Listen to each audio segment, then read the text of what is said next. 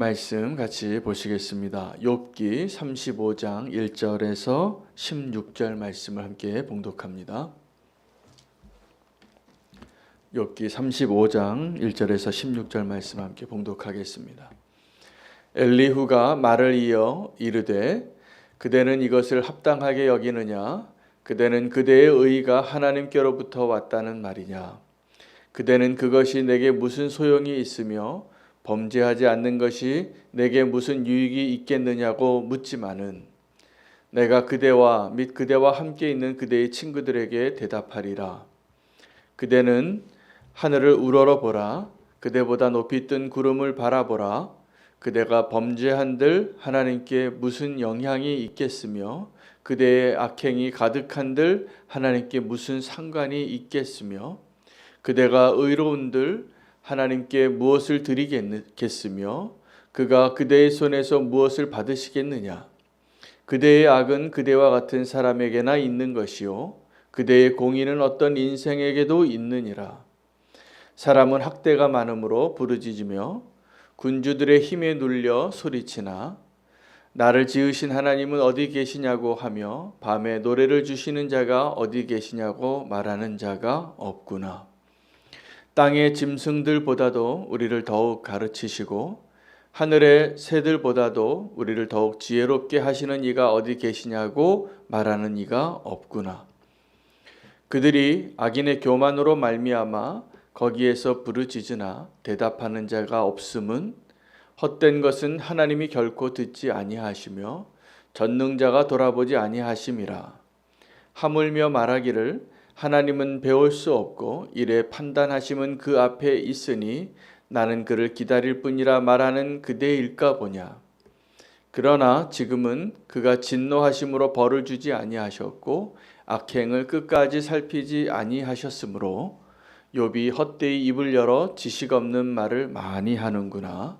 하나님의 말씀입니다.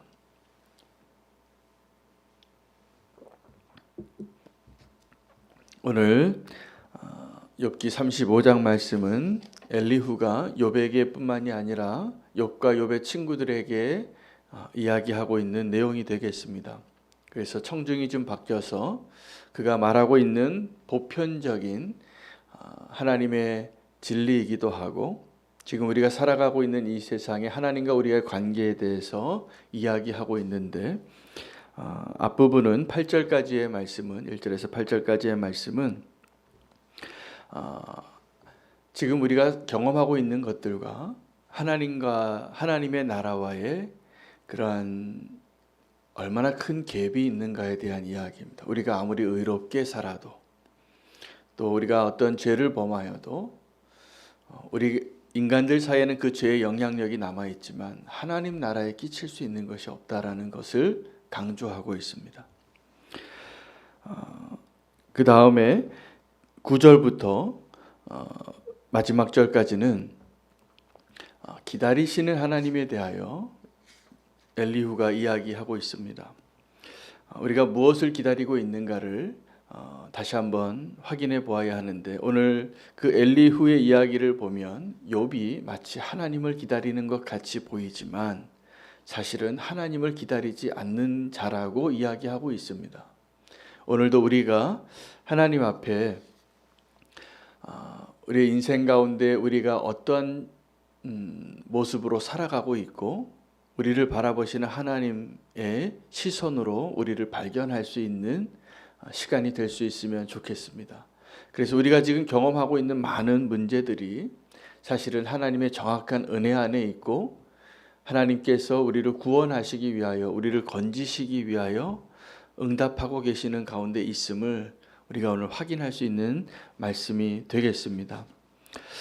죄 가운데 큰 죄가 있고 작은 죄가 있는데 정말 우리를 위협하고 우리를 위태롭게 하는 죄는 작은 죄이거나 아직 들키지 않은 죄입니다.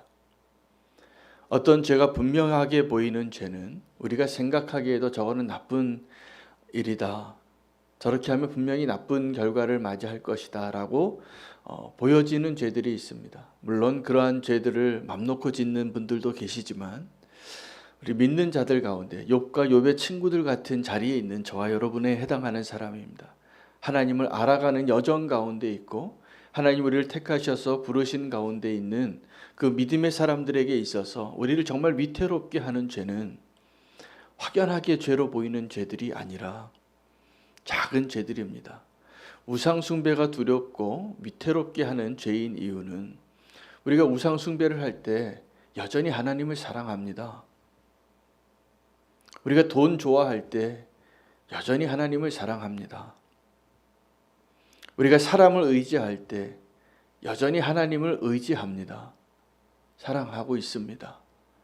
그런데 우리는 왜 하나님의 마음을 아프게 하고 하나님이 우리에게 원하시는 그 모습에서 떨어지느냐 하면 그 작은 죄 때문입니다. 작은 죄악 때문에. 첫 번째 죄도 그래서 지었을 거예요. 그 작은 거니까 한 입 먹어보라고. 그 나무 그 선악과가 많았을 것 같아요. 근데 그 많은 것 중에서 수백 개 달린 나무에서 하나 따먹는다고 무슨 일이 있겠냐고. 저 나무에 아무 해 없을 거라고. 먹어도 모를 거라고. 그렇지 않았습니다. 작은 죄가 들어올 때는 작은 죄로 들어올지라도 그 죄의 파급력이 얼마나 대단하냐면 이 온 세상을 다 오염시키고 모든 인류를 그 이후에 첫 번째 사람 이후에 태어나는 모든 사람들에게 그 죄가 물려져 가는 거예요. 어린아이가 태어나도 그냥 죄 짓습니다. 죄인으로 태어나니까. 모태 중에서 죄인이 잉태한 아이가 다 죄인이에요, 우리가. 죄의 결과는 수치심도 있고 또 죄에 보상해야 할 여러 가지 책임을 져야 할 일들이 있지만 가장 큰 결과는 하나님과의 단절입니다. 그래서 죄인으로 살고 있는 이 세상에서 우리가 하나님을 떠나서 살고 싶어하는 육신의 욕구, 죄의 욕구가 우리를 여전히 붙잡고 있습니다. 그래서 죄의 결과로 가장 근본적인 죄의 결과가 무엇이냐라고 질문한다면 그 대답은 하나님과 단절된 것입니다.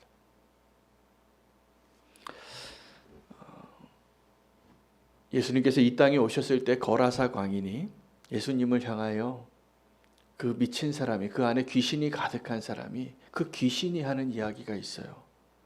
그 사람 안에 들어가서 그 군대 귀신이 나 당신이 누구인지 안다고 지금 왜 오셨냐고. 지금 하나님의 때가 아직 심판한 때가 아직 오지도 않았는데 지금 왜 와서 나를 괴롭게 하느냐고. 나와 무슨 상관이 있냐고. 그런데 그 귀신들, 사단이 그 군대 귀신이 그 연약한 사람 속에 들어가서 그 귀신만 하나님에게 나와 무슨 상관이 있냐라고 말하지 않습니다. 하나님이 도와주었던, 하나님의 은혜를 입었던 사람들도 그렇게 이야기합니다. 엘리야 시대의 사르밧 과부가 자기 아들이 죽었는데 엘리야를 또 만나요. 그때 엘리야에게 이렇게 이야기합니다. 당신이 나의 소시적의 죄를 또 생각나게 하고 나와 무슨 상관이 있기에 또 왔냐고. 예수님도 그 얘기를 하셨어요. 그러니까 다 우리가 지금 상관없는, 디스커넥트 되어 있는, 단절되어져 있는 그 죄의 결과 아래 살아갑니다. 예수님이 요한복음의 첫 번째 이 기적을 베푸실 때에도 가나의 혼인잔치에 들어갔는데 그 가나는 갈릴리 근처에 예수님의 고향 근처예요. 예수님의 어머니가 아는 사람의 결혼식에 간 거죠. 그 결혼식이 공경에 빠졌으니까 좀 도와달라고. 그리고 사람들에게 이 예수가 하는 거 시키는 거 무엇이든지 다 한번 따라 해보라고. 그때 그 예수님이 어머니에게 이야기합니다. 아직 내 때가 이르지 않았는데 나와 무슨 상관이 있습니까? 여인이요. 여러분, 지금 우리가 지금 살고 있는 이 세상은 우리의 죄로 인하여 하나님과 상관없는 단절되어져 있는 상황 가운데 살고 있기 때문에 우리는 지금도 믿음으로 사는 게 이렇게 어렵지만 굉장히 중요한 것입니다. 믿음이 아니면 하나님께로 나아갈 수 없습니다. 믿음이 아니면 그 단절을 회복할 수가 없습니다. 죄가 우리를 하나님께로부터 단절시켰다면 하나님께서 죄와 붙어 있는 우리를 구원하시기 위하여 하신 것이 단절이에요. 그게 거룩이라 그러는 거예요. 이 세상에 있는 그 모든 악들로부터 좀 떨어지라고, 구별되어지라고. 바벨탑 사건이 일어났을 때 하나님께서 사실은 심판하셔야 했습니다. 그러나 무지개의 언약, 노아와 맺었던 그 하나님이 이 세상을 한번 물로 심판하시고 나서 인류를 이제는 다시는 이 사람들과 싸우지 아니하고 구원하겠다고 약속하시고, 그 바벨탑 사건을 봤는데 그 바벨탑을 무너뜨리시면서 하나님이 하신 일 가운데 이해되지 않는 일이 모든 사람을 지면에 흩으시고 언어를 혼잡하게 하신 거예요. 여러분, 언어를 혼잡하게 했다라는 것이 무엇을 의미하냐면 사람들을 흩으실 때 사람들을 단절시킨 겁니다. 사람들이 우리가 함께 모여서 바벨탑 쌓자고 하니까 흩으셨어요. 사람들을 다르게 만드셨어요. 여러분, 언어를 혼잡하게 하신 것, 이건 보니까 또 하나의 하나님의 창조에 해당하는 일이에요. 어느 날 갑자기 다른 말을 해요. 다른 정체성을 가지고 바로 옆에 있었는 소통이 안 되게 하는 거예요.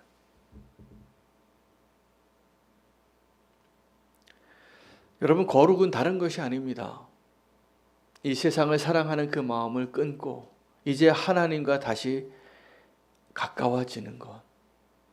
우리는 하나님과 원래는 하나님의 형상을 따라 모양을 따라 지음받은 존재였음에도 불구하고 죄악으로 인하여 하나님과 멀어지고 하나님과 관계없는 자로 사는 것이 훨씬 기쁘고 내 마음대로 내 뜻대로 하나님 없는 세상이 훨씬 좋다고 생각하며 살아가고 있는 그 사람들을 구원하시기 위하여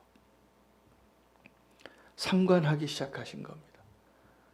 그 갭이 이게 회복될 수 없는 갭입니다, 원래는. 그러나 하나님께서 우리에게 오셔서 인간이 되셔서 우리가 겪어야 할 그 죄의 대가들을 다 짊어지시고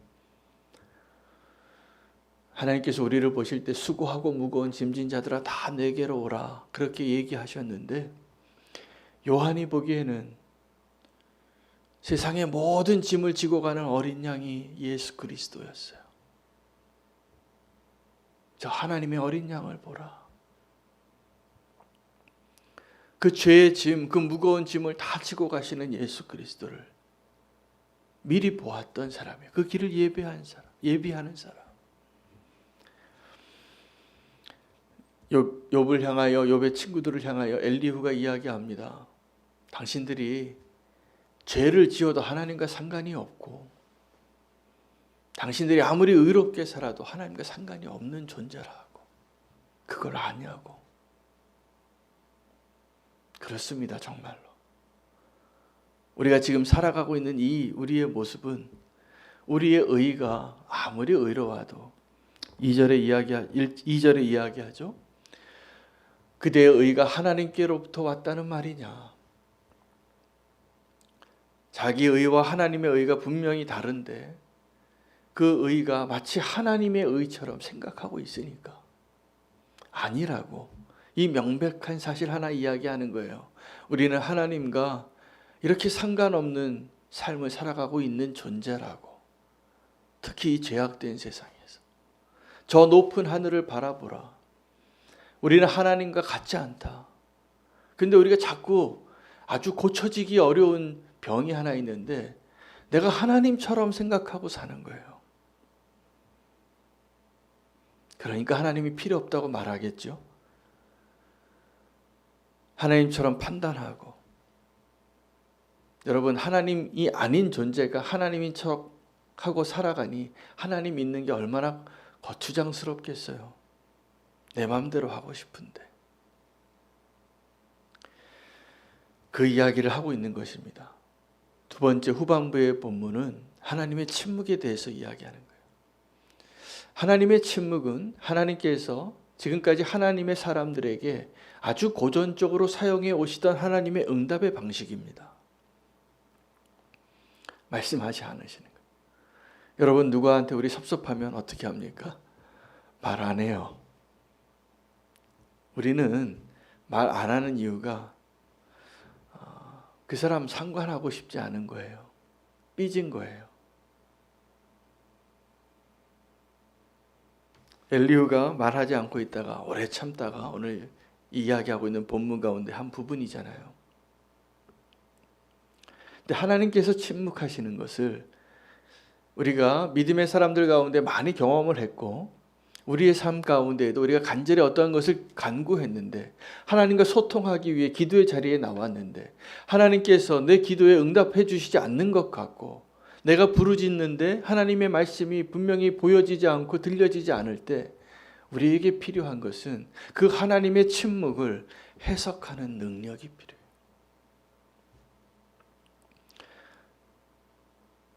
여러분, 하나님이 침묵하실 때 그 침묵의 의미가 무엇인지 빨리 깨달을 수 있는 은혜가 있으시길 바랍니다.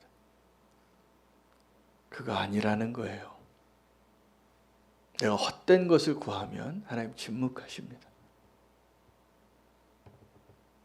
그런데 또 한편으로는 내가 헛된 것이 아니라 하나님을 위하여 내 모든 것을 다 걸었는데 하나님께서 침묵하실 때가 있어요. 이거 해석을 잘 해야 합니다. 그때는 하나님께서 이렇게 말씀하시는 거예요. 네가 생각하는 것보다 네가 조금 더 나아갈 수 있다. 조금 더 믿음의 발걸음을 포기하지 말고 나아가라. 믿음의 사람들에게 보편적으로 하나님께서 주시는 것이 고난과 인내입니다. 그 고난도 사실은 인내를 위한 하나님의 도구일 때가 많아요. 순종을 위한 하나님의 도구일 때가 많아요. 고난이.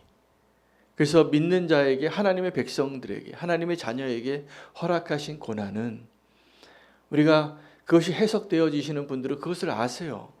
아, 이 고난이 하나님의 축복의 도구다. 근데 그 해석하는 능력이 없으신 분들은 지금도 고난 가운데 하나님께 비난하고 원망할 때가 많아요. 그래도 하나님은 신실하게 그를 기다려주시고 그를 놓지 않고 계시기 때문에 저와 여러분이 그래도 지금 이 믿음으로 주님 앞에 나올 수 있는 이유는 하나님의 침묵을 해석하는 믿음이 조금 더 자랐기 때문입니다. 하나님은 충분히 지금도 홍해를 가르시고 해시계를 뒤로 움직이실 수 있는 능력이 있으신 분이에요. 그것보다 더 놀라운 기적은 예수님께서 십자가에 죽으시고 부활하신 일이에요. 그 일을 지금도 행하고 계세요.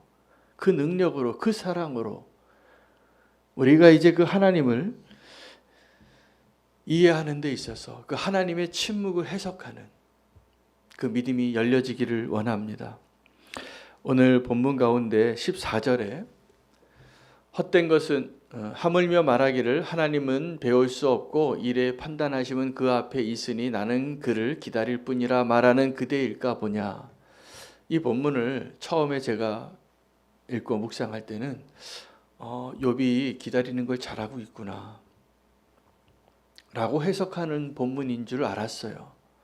그런 의미가 아니라 정반대입니다. 하나님을 기다리는 것이 아니라 자기의 의가 성취되어지기를 기다리는 자예요. 욥이 무엇을 기다렸겠습니까? 하나님의 구원을 기다린 것이 아니라 하나님 내가 옳다는 것을 응답해 주시기를 기다린 거예요. 이 친구들에게 마침내 내가 이기리라. 내가 옳고 네가 틀리다는 것을 하나님이 보여주시리라. 이게 욥이 기다린 기다림이었습니다. 여러분 그 기다림 빨리 포기해야지 주님의 응답해 주시는 것을 보게 될 것입니다. 내가 뜻하는 바, 내가 의롭다고 생각한 바, 내가 옳다고 생각하는 바가 이루어지기를 기다리는 분들을 제가 지금도 봐요. 아주 강인한 분들이에요. 아주 착하게 사시고 의롭게 사시고 견고한 분들이에요. 그런데 그걸 아십니까? 하나님은 그것이 무너지길 기다리고 계세요. 여러분, 우리는 하나님을 기다릴 수 있는 능력이 없습니다. 시간은 우리의 것이 아니에요. 하나님의 것이지. 우리가 오래 살아봤자 100년 사는 인생이 어떻게 하나님을 기다리겠어요? 영원하신 하나님 앞에 우리가 무엇을 기다린다고 말할 수 있는 존재가 됩니까? 마치 하루살이가 나보고 내가 당신 만나려고 오래 기다렸다고, 이제야 만났다고 말하는 것과 똑같습니다. 하나님이 우리를 기다리시는 것입니다. 무엇을 기다릴까요? 우리가 이제 나의 것을 다 내려놓고 포기하기를. 그때 하나님이 일하실 수 있으니까. 하나님은 여전히 우리를 사랑하시고 여전히 은혜로우신 하나님이시고 여전히 전능하신 하나님이시기 때문에 하나님을 기다리는 자 되시기를 바랍니다. 하나님과의 약속 가운데 그 약속이 성취되지 않는 것 같아서 우리가 조바심이 날 때가 있어요. 사울이 그랬어요. 사실은 사울이 사무엘과의 약속 시간에 사무엘이 늦었습니다. 약속한 시간보다 사무엘이 늦게 왔다라고 기록이 되었어요. 여러분, 그때 진짜 우리의 믿음이 드러나는 거잖아요. 사랑하는 사람과 약속을 했어요. 만나자고 아주 보고 싶어서 달려갔는데 그 사랑하는 사람을 기다리다가 이제 그 사랑하는 사람에 대한 가치와 나의 자존심이 싸우기 시작합니다. 그래서 얼마를 기다릴 수 있느냐가 그 사람 사랑하는 나의 분량이잖아요. 정말 사랑하는 사람은 1시간도 기다리고 2시간도 기다리잖아요. 사랑하니까. 그리고 나중에 이야기해 주려고 내가 당신 2시간 기다렸다고. 그게 내가 당신을 향한 마음이라고. 그런데 내가 별로 중요하지 않은 사람들, 그냥 일로 만나는 사람들 그렇게 안 기다립니다. 약속 시간 10분만 지나면 그 다음 일이 또 있으니까 또 다른 일을 해야 돼서 떠나야 되잖아요. 못 기다려요. 기다림은 그 상대방을 향한 내 사랑의 크기예요. 그래서 믿음의 사람들에게 기다리게 하시는 거예요. 약속 시간을 어겨가면서. 지금도 그 약속 시간을 그래서 알려주지 않으셨어요. 주님이 오실 겁니다. 오신다고 약속하셨으니까. 그러나 그 시간을 알려주시지 않은 이유는 하나님을 향한 그 사랑을 마음에 품고 지금도 기다리는 자로 살라고. 사랑하는 연인을 기다리듯이 주여 어서 오시옵소서. 그렇게 살아가는 모습이 하나님이 저와 여러분에게 원하시는 모습입니다. 그렇게 기다리려면 우리가 이 세상 사랑하면서 한눈 팔 수 없잖아요. 주님이 빨리 오기를 기다리는 사람이 어떤 사람입니까? 이 세상에 있는 것들로 허랑방탕하게 살고 다 무너지고 타락한 모습으로 사는 사람은 그날이 두려울 겁니다. 그러나 내가 거룩한 신부로 준비되어져서 주님이 오시기만을 기다리는 사람은 빨리 오기를 기다리는 거죠. 그 신랑이, 그 갈급함이 그 욥의 기다림과 다른 기다림이어야 합니다. 욥은 자기가 기다린다고 이야기하고 있고 하나님께 하지 말아야 할 말들을 너무 많이 한 거예요. 사실은 기다리지 못하는 거죠. 사실은 욥을 기다리시는 분이 하나님이세요. 엘리후가 참지 못해서 지금 욥과 욥의 친구들에게 끼어들어서 내가 더 이상 못 참겠다고 말하는 것처럼 하나님도 말씀하고 싶었지만 더 기다리시는 하나님이에요. 그리고 엘리후를 보내셔서 그들을 그 마음을 준비케 하시고 마지막에 하나님이 말씀하세요. 내가 이러한 하나님이라. 우리를 기다리시는 하나님을 오늘 꼭 만날 수 있는 자리가 되기를 원합니다. 우리가 준비되어진 자로 하나님 기다릴 수 있는 그 삶을 살기를 원합니다. 하나님을 기다리시길 바랍니다. 나의 뜻이 이루어지기를 기다리는 자가 되지 마시고 내가 마침내 이기리라. 이게 아니라 마침내 내가 다 나의 뜻을 내려놓으리라. 이것을 기다리시는 하나님을 만나시는 축복이 저와 여러분 가운데 있기를 원합니다. 믿음으로 그 자리로 나아가기를 소망하며 오늘 기도하겠습니다. 오늘 기도할 제목은 총회를 위해서 좀 기도하겠습니다. 성탄절 행사를 위해서 기도하겠습니다. 이 두 가지가 다 지금 코로나 상황과 연관이 깊어졌습니다. 오늘 오전에 정부에서 방역 지침을 발표할 예정인데 종교 시설에 대하여 또 어떠한 결정이 내려질지 모르지만 하나님의 정확한 계획 안에 있음을 믿고 교회 한 해를 잘 마무리하고 또 사람들을 세우고 결산하고 주님께 보고하는 자리가 축제의 자리가 되게 하시고 성탄절을 우리가 하늘에는 영광이요 이 땅에는 평화로다. 이 땅에 오신 하나님을 기뻐할 수 있는 자리가 잘 예비되어지기를 위해서 기도합니다. 또 함께 기도할 것은 지난주에 운영위원회를 통해서 의결한 중요한 결정이 하나 있습니다. 협력 선교사 두 분을 우리가 허입하기로 했는데 유재국 선교사님, 신사랑 선교사님을 우리가 축복하며 또 함께 동역하는 선교사님으로 하나님께서 잘 지켜주시고 발걸음 인도하시도록 함께 기도하기를 원합니다. 하나님을 기도하는 자로 하나님을 기다리는 자로 나아가기를 소망하며 주의 이름 부르고 기도하겠습니다. 주여